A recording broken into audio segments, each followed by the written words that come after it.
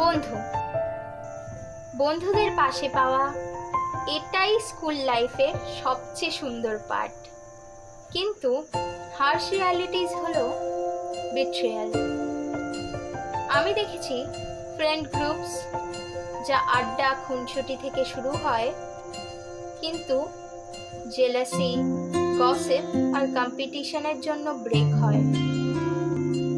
সব বন্ধু সত্যিকারের নয়, কিছু তোমার সাকসেস দেখে দূরে সরে যায় বা তোমার সিক্রেটস লিক করে।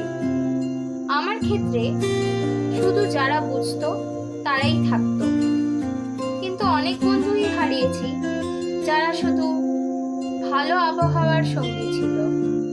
True friendship rare. বন্ধুত্বেও হার্টব্রেক হয়, যা রোম্যান্টিক হার্টব্রেকের মতোই পেইনফুল।